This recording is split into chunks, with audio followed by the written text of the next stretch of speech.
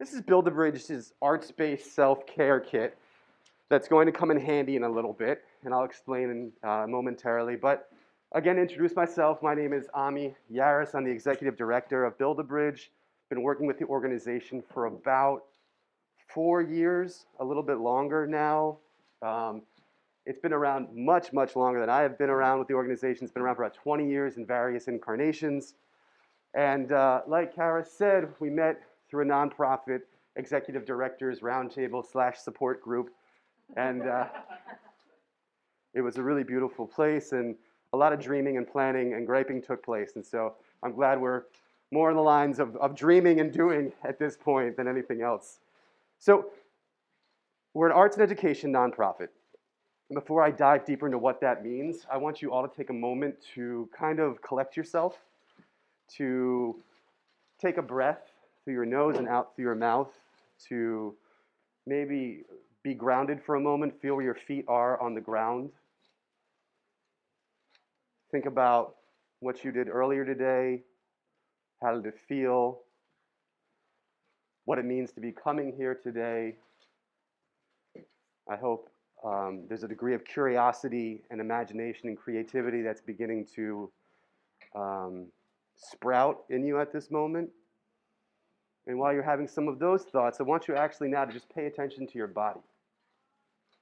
And by paying attention to your body, you don't have to do any stretching or calisthenics, but what kind of sensations or feelings are you having in your body right now? From your toes to your feet, all the way up to your head.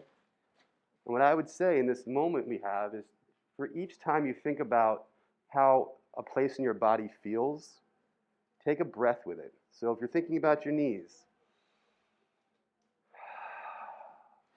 and that breath, that cycle, let that be a part of your body for a moment.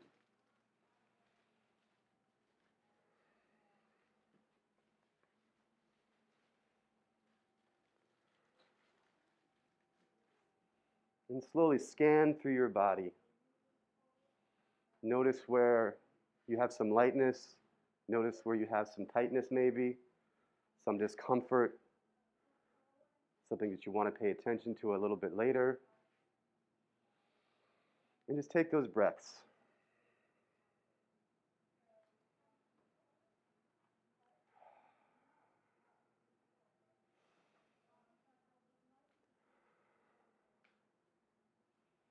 And then quietly, I invite you to open up your brown paper bags, your BuildaBridge party favors. And inside, there is a lifesaver and a piece of chocolate. And I want to invite you to have one of those in this moment. But I don't want you just to have this in this moment. I want you to interact with the lifesaver or the chocolate, or actually it could be any object on the desk, as if you're encountering it for the first time.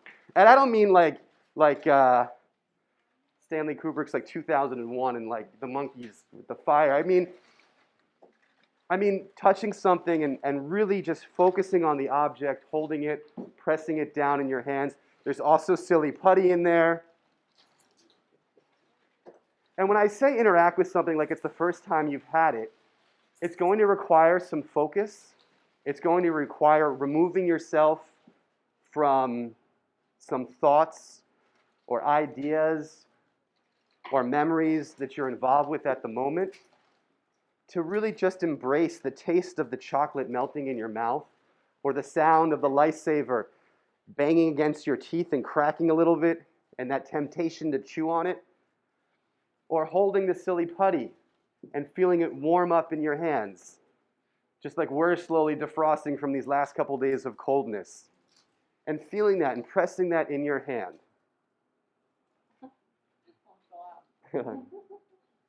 And enjoy that. Settle into it.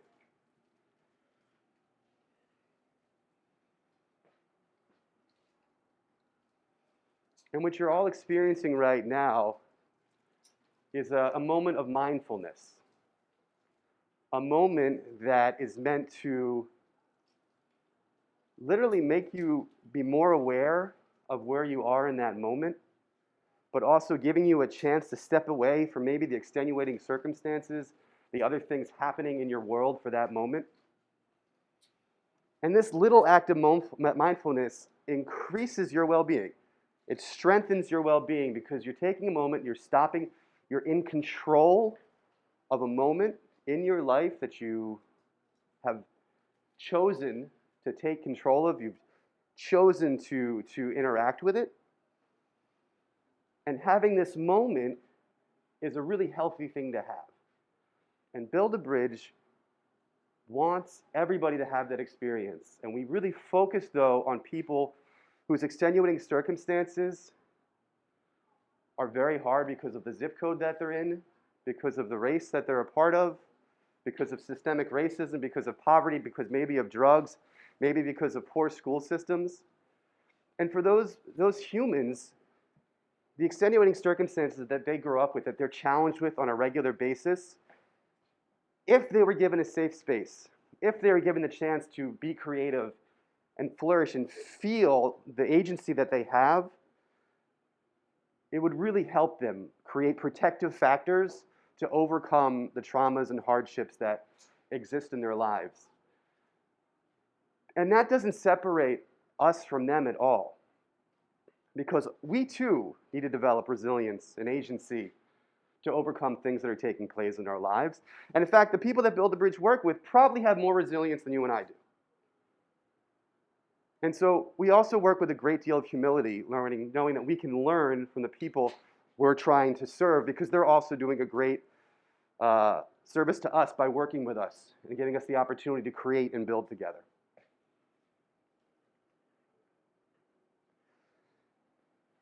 So more about BuildaBridge. Our mission engages creative people in the transformative power of art making. So we want people to be feeling slightly different after coming into our space. To bring hope and healing to disenfranchised individuals and communities, BuildaBridge dedicates its resources to building the capacity of communities to fulfill this vision. BuildaBridge envisions a world where art making strengthens resilience, self-efficacy, and hope-infused visions of the future. A hope-infused vision of the future is extremely important. I'm going to mention the word protective factors. If you are hopeful, if you have optimism in your life, it can take you to better places. As simple as that. But you have to be given the opportunity to experience something differently. I was working with a group of adjudicated nonviolent offenders who really had a hard time conceptualizing what a peaceful neighborhood was like because they simply didn't have one. They're always looking over their shoulder. They're always worried that maybe an interaction they had with somebody else is going to lead to an altercation of some sort. But if we create a space where they can let their guard down for a little bit and imagine things differently, that imagination can lead to places different than what their extenuating circumstances predict.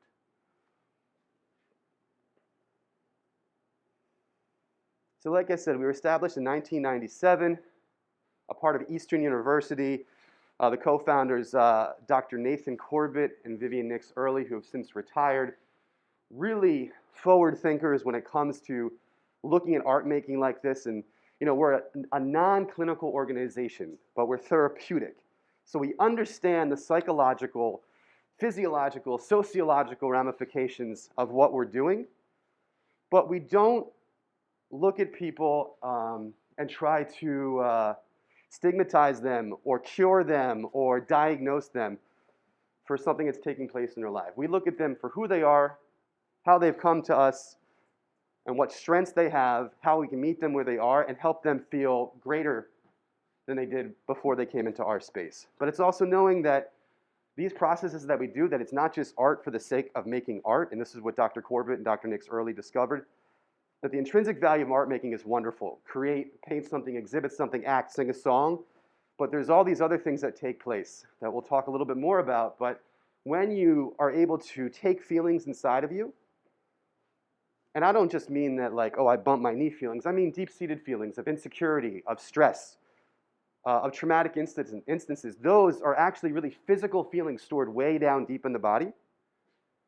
And that by doing dancing, you're letting those feelings be released, literally, a kinesthetic response to it. When you are creative writing, you're giving words to feelings. And no longer these things become hidden inside. And when you do it through visual arts, they become visible. And it doesn't have to be negative imagery, but you can take those and transfer those into more hopeful and worthy things in your lives. Singing amplifies your voice. You can be heard. If you're singing with a choir, you're singing in harmony.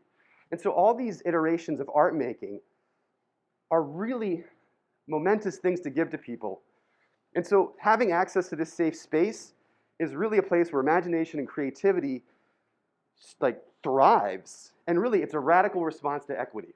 And that being able to give this chance, making sure this happens, not just for people who can easily access the creative arts, but to everybody, it really, really, you combine that with good social policy of healthcare and housing and education, we could really make a dent in what's taking place in the social fabric, especially in our cities, in a city like Philadelphia, that a huge, huge city in America with a poverty problem that is completely unacceptable.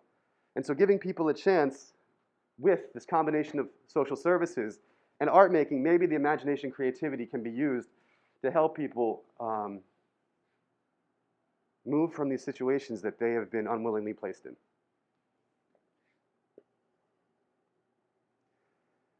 So Bessel van der Kolk, an expert on trauma, says imagination is absolutely critical to the quality of our lives. Having imagination, I can't say more than how important it is to have that, because that is a place that you own uniquely. It is yours individually, and no one can take that away from you. But people need the opportunity to hear that and to recognize that. So with me hopefully warming you up with this, let me grab the easel real quick. Oh, thanks. I have this phrase up here, community. I have this phrase up here, community agreement. And talking about making spaces together, we're going to right now begin constructing a space of our intentions and our ideals of what we need in this moment to be able to be present.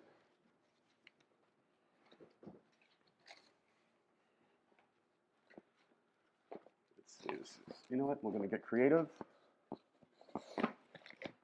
Perfect. Okay. So a community agreement, again, is a democratically decided series of ideas or principles that we want to put into this space today.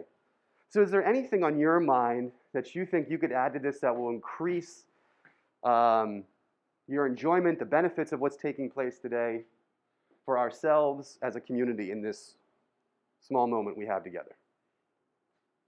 Yes. And could you say your name when you... Oh, my name's Megan. Hi, everyone. Hi. I saw that there's coffee over there, and so now that I'm aware of it, I'm like, ooh, it would be so nice if I had coffee while I'm sitting and enjoying this. But let's step away and look at that as a macro thing, you know? Maybe you should be able to address a need that you have in that moment today. So if you have to go to the bathroom, get up and go to the bathroom. If you need a cup of coffee, go for that cup of coffee, you know? So... I feel like I'm in school. I'm like, am I allowed? meet your need in your moment. Can I ask a question? Please. So I love what you're doing right now. I just want to understand, what are we making a community agreement for? What is your goal? So thank you for asking that. Contributed to your project here. So I'm not sure why you came today. I mean, there was a very nice blurb written about the organization. We're here to do some art making, to learn about therapeutic art making, restorative art making, trauma-informed art making, what BuildaBridge does. But I also want you to experience this as well, and not just, I don't want to perform this lecture today. I want this to be interactive. I want this to be more communal. You want to create a safe space for us to interact and share ideas. Yes. Including the lack of caffeine in our system. You said that very well. Yeah, exactly. Okay, maybe create a safe space for dialogue without judgment. That's important to me because I'm new working here. So far, so good. What's your name? My name is Mary. Great. Anything else? Well, we get a lot of us work for Perkins, but we do have titles at the door.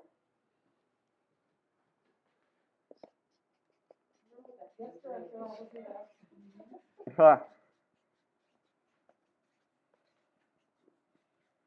But I think that goes for people who maybe aren't a part about Perkins. Come as we are, you know. You don't have to know that I have knighthood. I don't have knighthood. But I mean, you know, in this moment, it's not important. Or it can be put to the side. Anything else? I'm going to say, I would love for curiosity to be welcomed.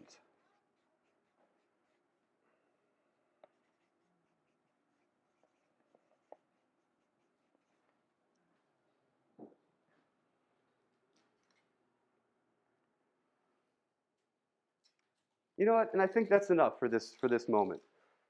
I just want to show you a way that we can come together of making the space not mine or Perkins, but ours together.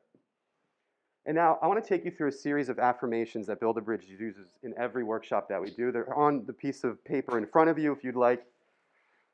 And what I'm going to do is I'm going to say this out loud, and after each line, I would like you to repeat it. I will do my best with all that is in my power.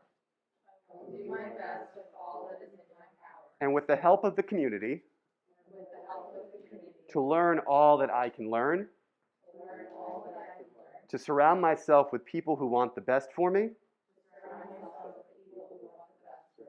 to respect myself and my body, To respect myself and my body. to build bridges of peace and hope To build bridges of peace and hope. in order to have the good life that I deserve. In order to have the good life that I deserve. What's the good life mean to you?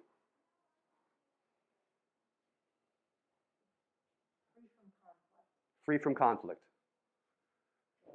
Joy. Financial security. Financial security. Freedom to be who you are. Resilience to address conflict. Resilience to I don't address. think we'll ever be free from conflict. It's just part of human nature. It is part of human nature, but resilience. But I have something to strive for. But being able to handle it is part of a good life. Yeah, absolutely.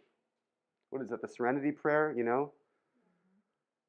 I'm going to do a horrible job of paraphrasing it right now. I'm sure someone knows it better than I do. To accept the things I cannot change and the... There you go.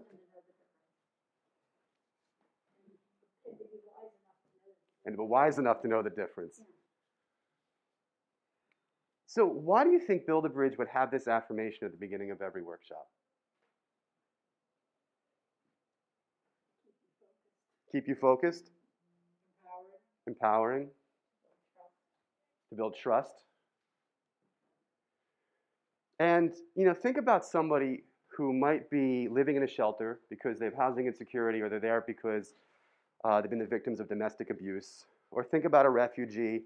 Or think about a youth that has to be careful about going from home to school because of violence. Or think about someone that might, you know, just have a rough home life and have a low self-esteem. Sometimes saying something like this that you may not think it on a regular basis, but having the moment to say it out loud is affirming and validating.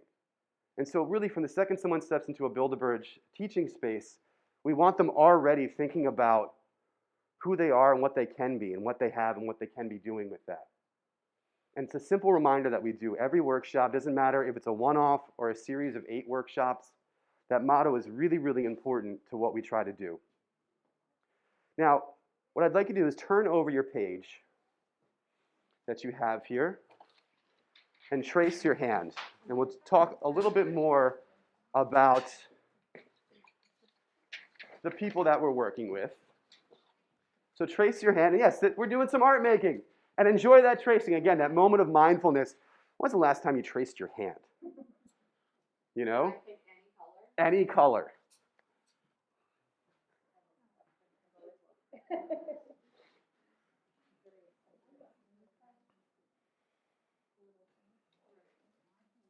I never thought if someone asked me like 20 years ago, and I'd like, you know, if I envisioned myself tracing my hand on a regular basis, you know? It's one of those perks of the job.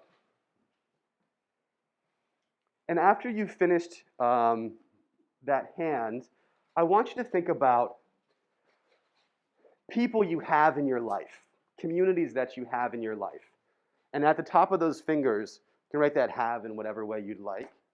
But I want you to think about that community, that family, those external supports that you have in your life, and to write them down. Above the fingers or on the fingers? Wherever you want. Probably in the same vein of like the tops of the fingers, let's say. You know?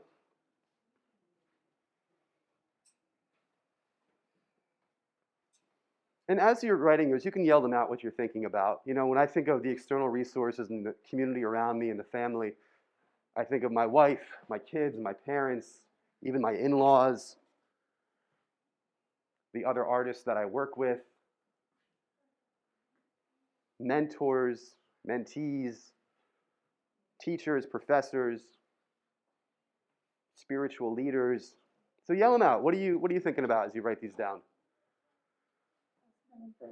Husband, friends, daughter, son, grandchildren, parents.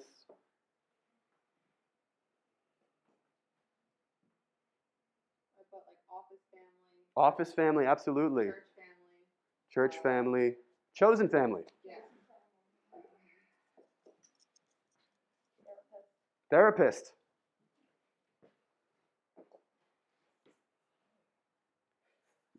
So don't feel you have to have a complete list, but I just want you to think about that. Now think about you for a second. What can you do? What do you do? The tangible things, you know?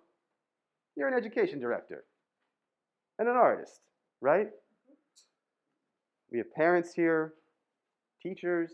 Write some of those things that you do. You teach, you parent, you educate. You draw. You can get more wherever you want, like middle part of the hand. It's okay if it's not on the fingertips.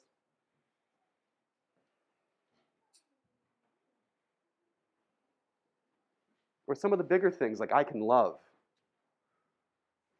I can be hopeful. I can express my emotions. I can go to an all-you-can-eat sushi bar and not be ashamed of how much I eat. Do they still have those? Nope. Actually, I have no idea. They do? Oh, Yeah, there's usually a caveat of 2 hours.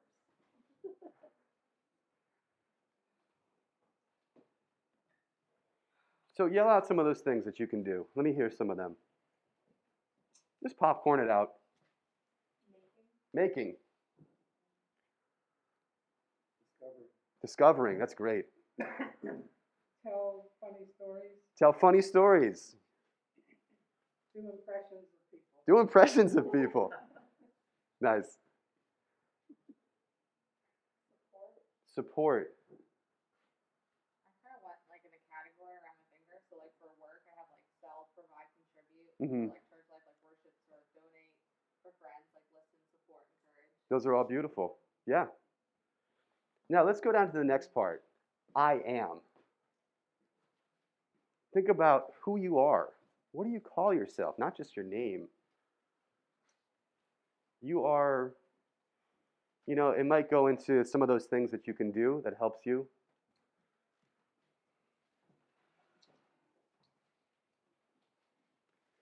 Get you set up with a piece of paper.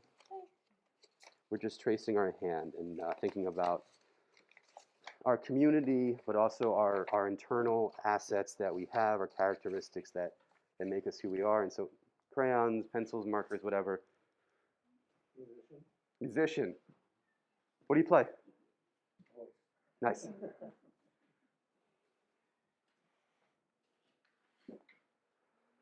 So give me some of those things. A musician. I'm a parent. I'm a proud father.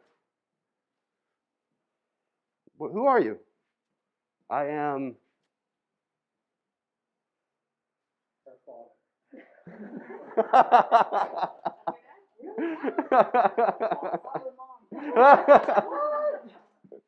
Cat's out of the bag.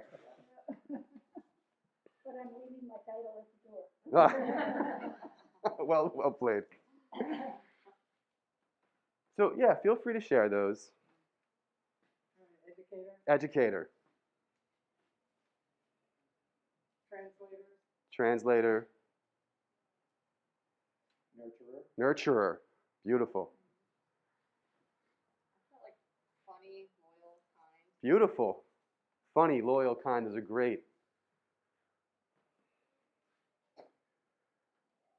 So feel free to keep writing those. And what we're doing here is, I want you now to hold up your hand so you can physicalize this just a little bit more. Hold your hand up, whatever hand you feel comfortable with. Now I want you to close your hand. Now we're getting to the people that BuildaBridge really work with. That they're the people who have a hard time identifying who their external resources are and what internal resources they have that make them who they are. Because trauma takes away that from you. It takes away the control. It takes away your agency. It takes away the ability to think that you can make changes in your life. And so what BuildaBridge tries to do through art making is to open those hands. So for someone who's come here because they're a forced migrant, or for someone who is the victim of abuse, we try to work with them to open their hand up to see more of the beauty they have inside of them, more of the resources they have around them to be able to flourish and thrive. And so we call this the resilience hand. And this is kind of cool because, you know, putting on our academic hat for the moment, this can also be a measure of our success. We could do this at the beginning of one workshop and have people do this, and then do it at the 8th workshop, the 12th workshop, and see how these resources, how they identify these parts of their life. And I can hope that more of those resources appear there on that page. And then we know that we're really doing the work. If that person can self-identify their supports, who they are, and have a way to validate themselves. You know, because what we're dealing with is, you know, trauma is this fractalization of how your brain communicates. In that moment that trauma occurs, or an event occurs that creates a traumatic experience, I should say, because trauma is not in the event. Trauma is in how it's responded to. So when someone has an experience that cuts off their agency, where they don't have control, war, interpersonal violence, that changes them, and it goes down into the deepest parts of their brain. You know, almost that animal instinct, that fight or flight reaction, you know? And that changes people.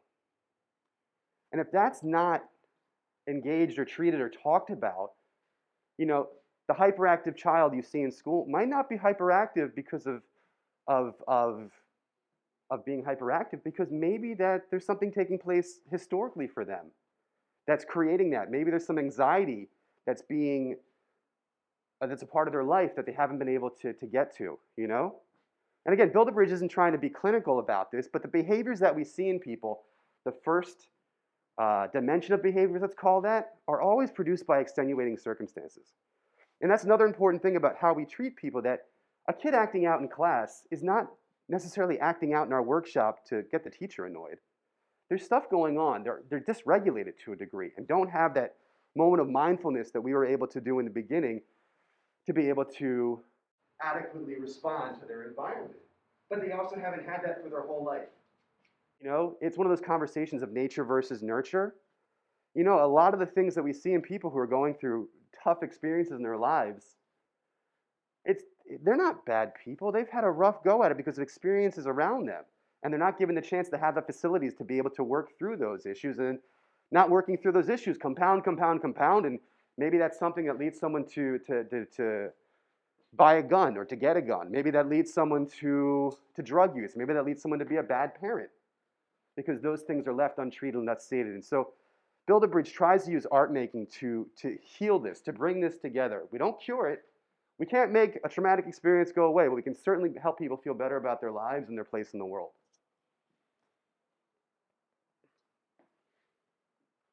So art making provides a space and place to discover and rediscover strengths hidden by trauma. Creativity is an essential tool needed to overcome adverse circumstances. We all deserve to have hope-infused visions of the future. Art making provides the pathway to do that. Yeah, we are doubling down on art making. And again, like, you know, I grew up you know, a practicing musician, right? You practice, you get better, you perform. Or you teach. And that's the dimension I was given. I was never taught or told of this really holistic ability of musicians and dancers and artists to help people in their healing process, to help people just feel better. You'll see this in a little bit. It's not just about the virtuosity of art making, but the virtue of art making. I keep saying the intrinsic value is really beautiful, but also that therapeutic value that comes with it that only I've been discovering in the last couple of years of my professional life. So let's do some art making now. I'm going to pass these instructions around in case I talk too fast for them. We're going to do something called the Hope Stone. And by me telling you the title, I'm kind of giving it away. It's not intentional. Could you hand those over to Kara? And so I'm going to each give you a little circle. And while I'm passing these out, I want you to think about a word that is important to you. You don't have to write something down right away, but maybe go to that place of mindfulness you had earlier. And I want you to choose that word, think about why it's important to you, or maybe just think and open up your mind and let that word come to you. And when you've had that word, yes, oh, I'm sorry. And when you've had get that word, I want you to draw it on the white circle. And you have some markers, you have some colored pencils. Or use the pen that you got from the self-care package.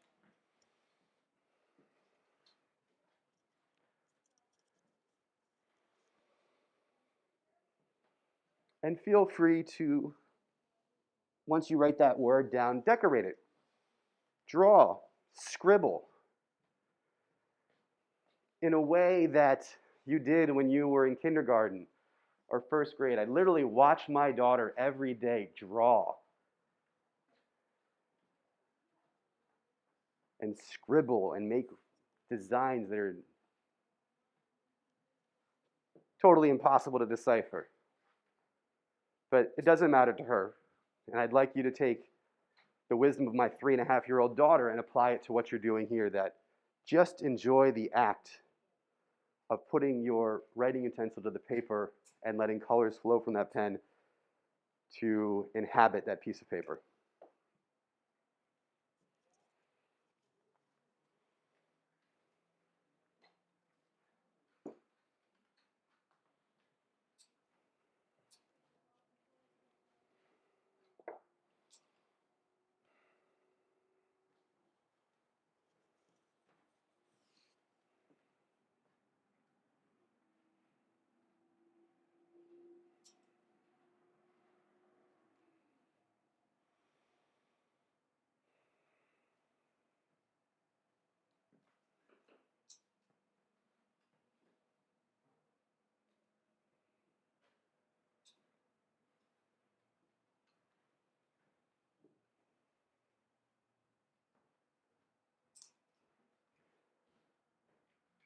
And feel free to decorate that piece of paper as much as you can.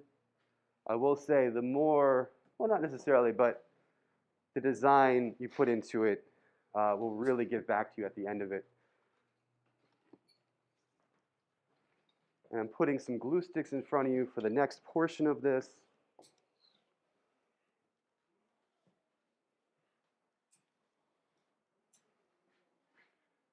Oh, you know what? You're sitting in front of a bunch of markers I could have given out.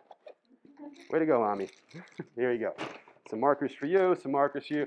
I'm hearing those multicolored pens going. I'm like, I don't know if they're working so well. That's what you get from buying the cheapest thing on Amazon. But hey, we're a nonprofit. What can you do? I think they're fun. All right, great.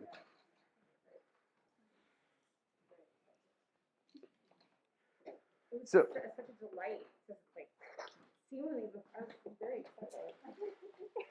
Awesome, awesome. All right, so as you start to finish up, how are you doing with your drawings? You feeling good about them?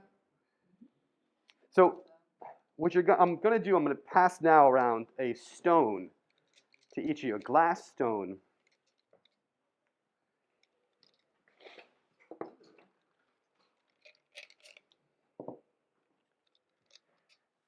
And what you'll do is that the side that you have drawn on, you're going to take the glue stick and you're going to put the glue stick on the side that you've drawn on, and just to give you an idea of what this is going to look like, here are some examples that prior BuildaBridge participants have done. Oops. Oop, that fell off there. Okay, so you can see draw. Oops. Here's a mini version.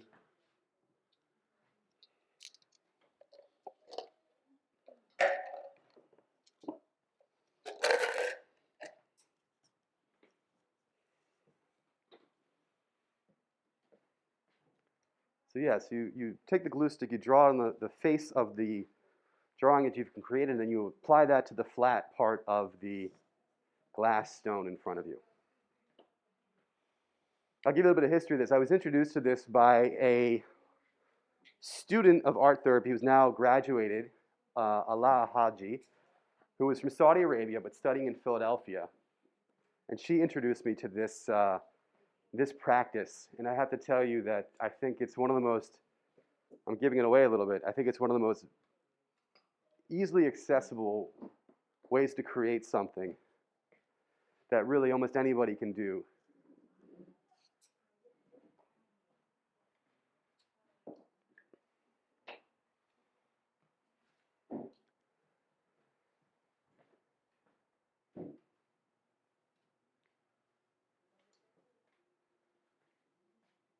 So Alice, let me ask you, what happens when you affix that sticker to the stone? What happens to the idea that you pasted? It makes it permanent?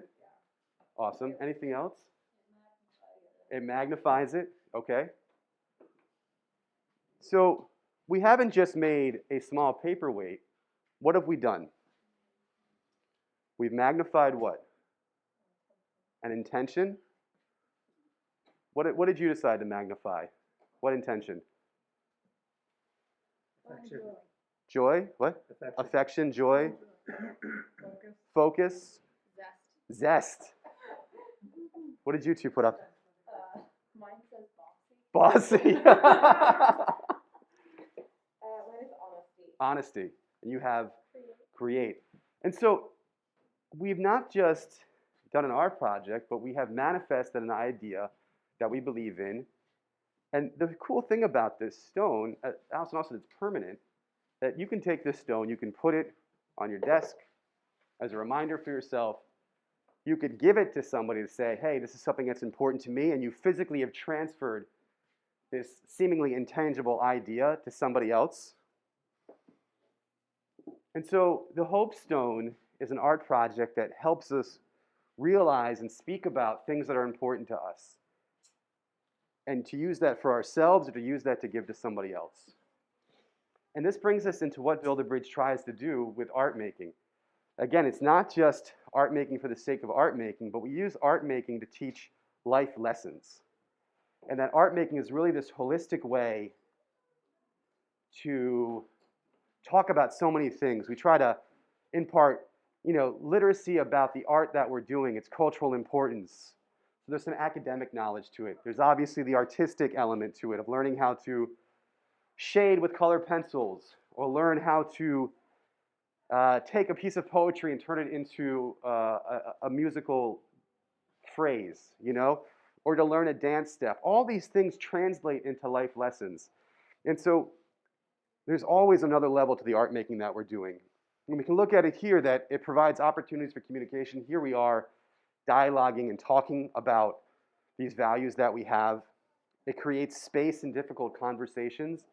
Sometimes the art project is just, maybe it's not a place to verbalize and to speak. Maybe it's just to be in that act. Like I said, if you're dancing, there's something being released in you. And having that release might be a sense of liberation or freedom from something that holds you back. Complementary to the trauma-aware framework, when I talk about being trauma-aware, it's being aware of the extenuating circumstances of someone's life. But also, this is a creative act that gives people agency and access to their imagination and validation for their character and who they are to own what they're doing. And this atmosphere of curiosity.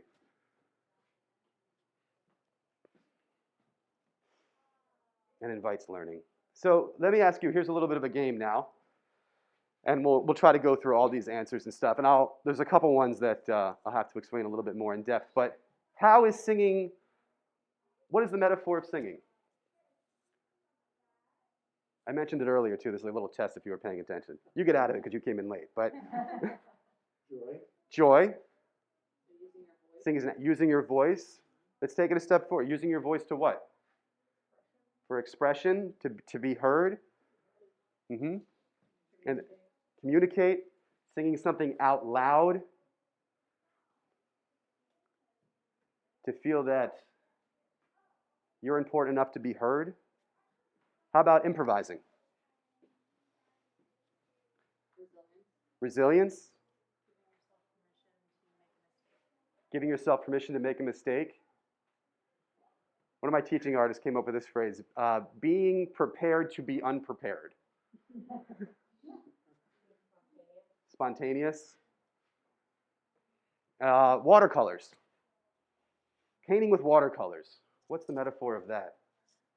Who's done watercolor before? It's like cat herding, right? If you're not good at it, right? It's like, that color, come back here. No, don't go there, you know? That's the ultimate being prepared. You know, but watercolors, letting the colors run and still making something beautiful at the end of it. To not be in control of everything. To let go and let beauty happen and not force beauty. The other one, this is called rusting, this next one. And I learned about this from BuildaBridge. An artist came up with this great idea. She took upcycled pieces of iron, you know, little trinkets and things like that, nails, what have you, and placed them on a canvas and had the participants take salt water and put that on top of the iron and expedited the rusting process. And you were able to make silhouettes of those pieces, and participants would tell stories based upon the shapes and the images that came out of it. And she did this at Women Against Abuse's shelter. So we're talking about women who experienced domestic abuse. And the metaphor they came out has stood with me till today. Like, wow. And it's another place of the resilience of the people that we work with, like, totally is beyond my understanding often. And this participant said that I am like this piece of iron. I have iron in my blood, right? It's a part of who I am. But I've cried, the salt water, I've cried because of the hurt that I've had in my life. And it's caused pain to me, and I've rusted. I'm not as beautiful or feel good as I used to be. But I can make beauty out of my brokenness. I can find a way forward despite the pain that I've endured. And that was her metaphor. And that's another way of just capturing the essence of what we do, that there's oftentimes, we always write lesson plans. Always. We have the intention we're going to get from A to Z today. We never get from A to Z on a regular basis because of moments like that.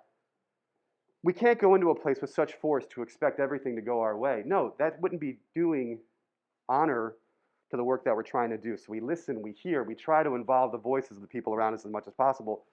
So beautiful things like that can be said. How about drawing with the non-dominant hand? I'm a lefty. Messy? But what's the metaphor of that? Surrendering. Wow. Surrendering. Connecting both sides of your brain. Yeah, there's a little bit of right and left hemispheres connecting. Excellent.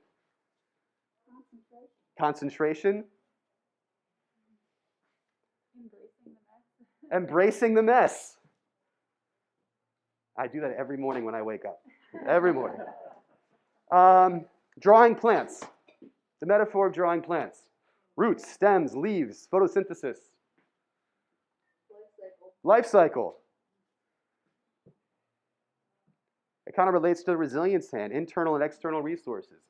Plant can't survive on its own. It needs to be a part of the environment and able to be able to thrive. And the last one, bachata. And that dance is a language. It's a universal language. So there you go. These are some of the ideas that BuildaBridge works with when we do our workshops.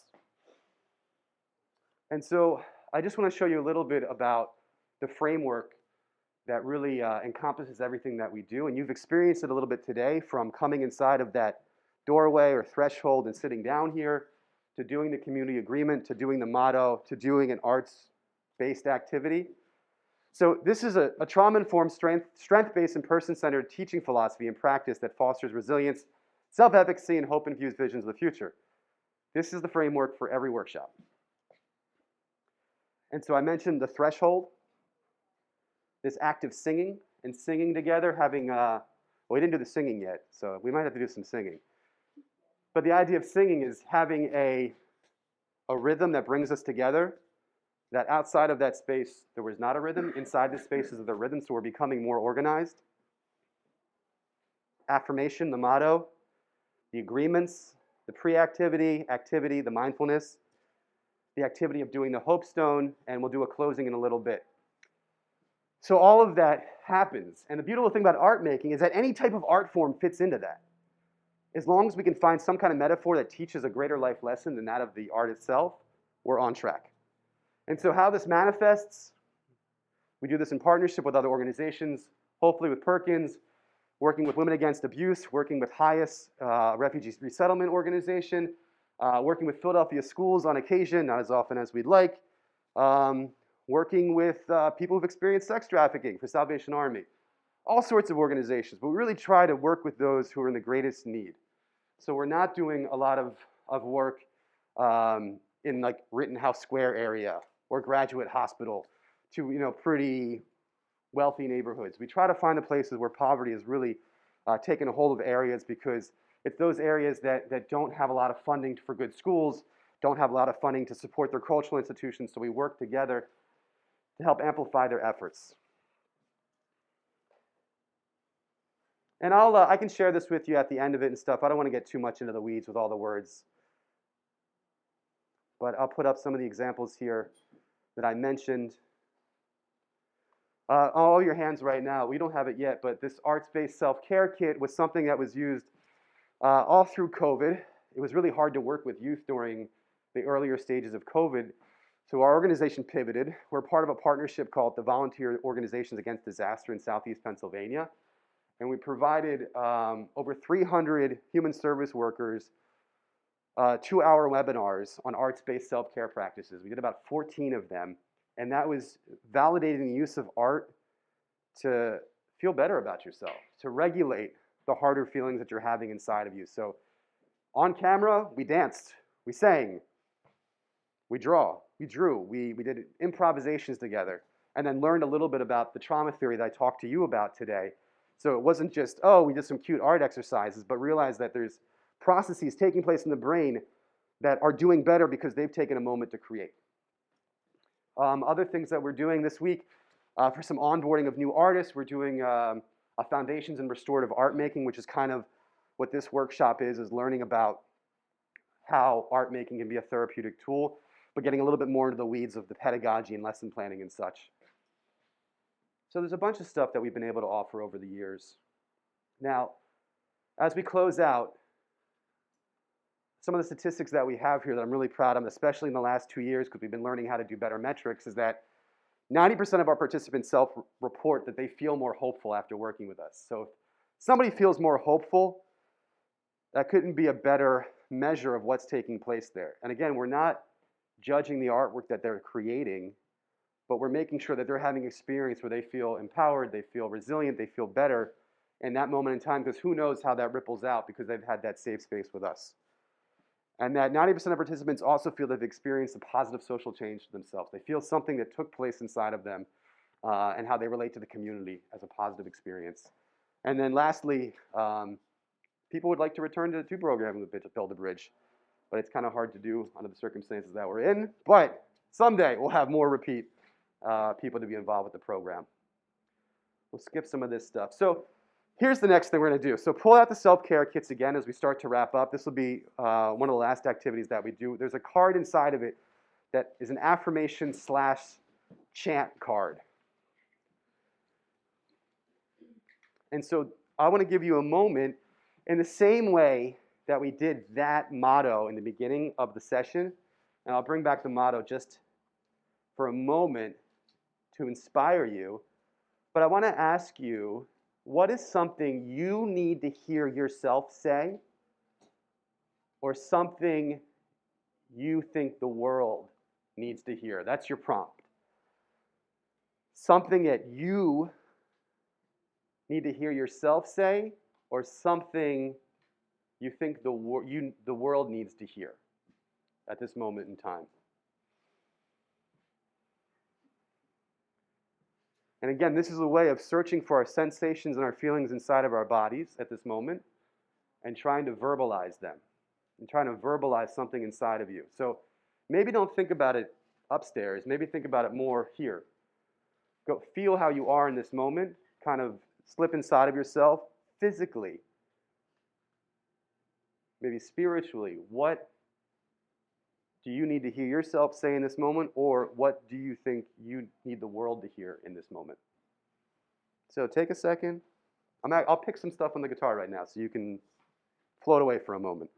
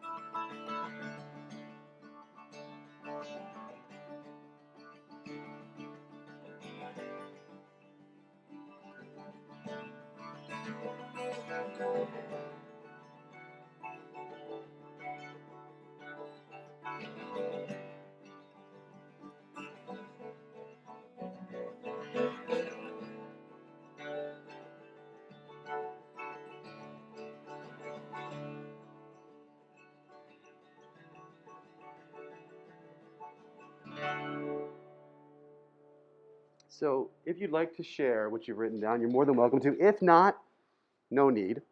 But I wanted you to have that moment just to go inside of yourself for a second and to be able, again, to verbalize something that you need to hear yourself say you think that the world needs to have. And when you have a moment, just reflect on that. Look at it, keep it with you. Again, it's a physical manifestation of something inside of us for you to hold on to. And I hope it's something that maybe brings you hope or strength in the coming weeks, days, months, years, who knows. But thank you so much for being a part of this today.